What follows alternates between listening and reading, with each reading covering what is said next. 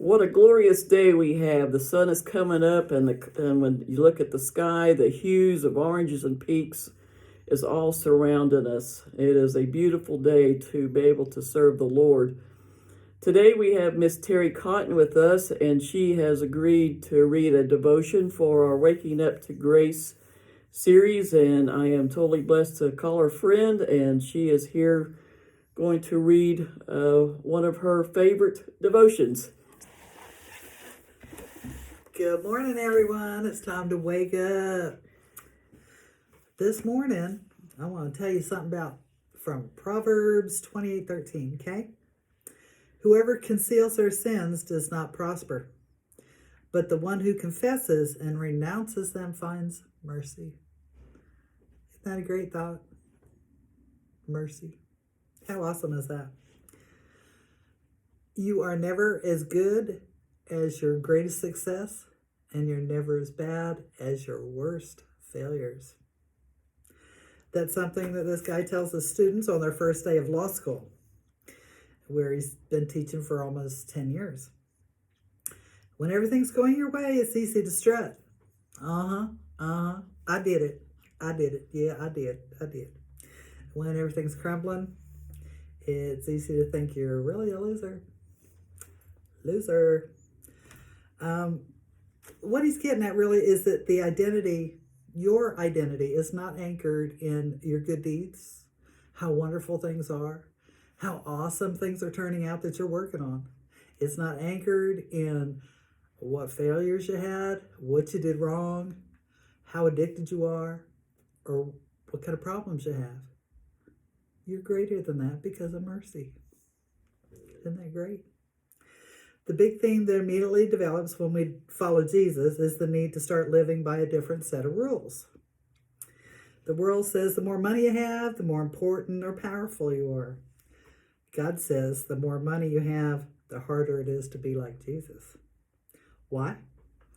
Well, because money gives you the options and independence.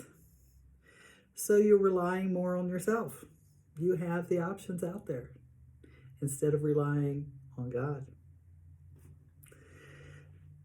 So the world says, hey, on Facebook, the more followers you have, the more fans you have, the more likes, the more popular you are, that, you're top dog.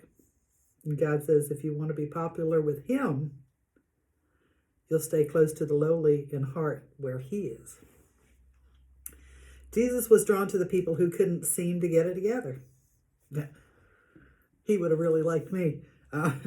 He's crazy about the ones who are really doing a good job and killing it too, but often they just don't feel as desperate for Him. Like most of us, there will be times when this all changes. Something will happen that will make us put our faith in something other than God, and then we'll just have to watch it fall like a deck of cards.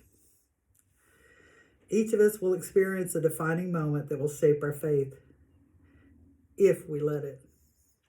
I think God uses our failures to disarm our pride.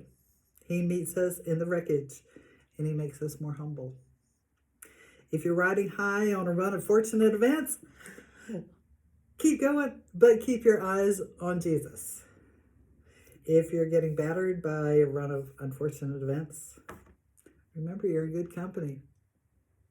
Jesus and all those people that He wanted to hang out with. So our thought for today is, what past failure taught you about humility and dependence? Thank you, Terry. That is a very challenging question indeed. And we all have had failures that we've had to deal with. And it's how we handle it gracefully is how we are going to be determined by our character and as one of God's children. So with that being said, remember you are God's child and you are loved, and have a blessed day. Bye-bye.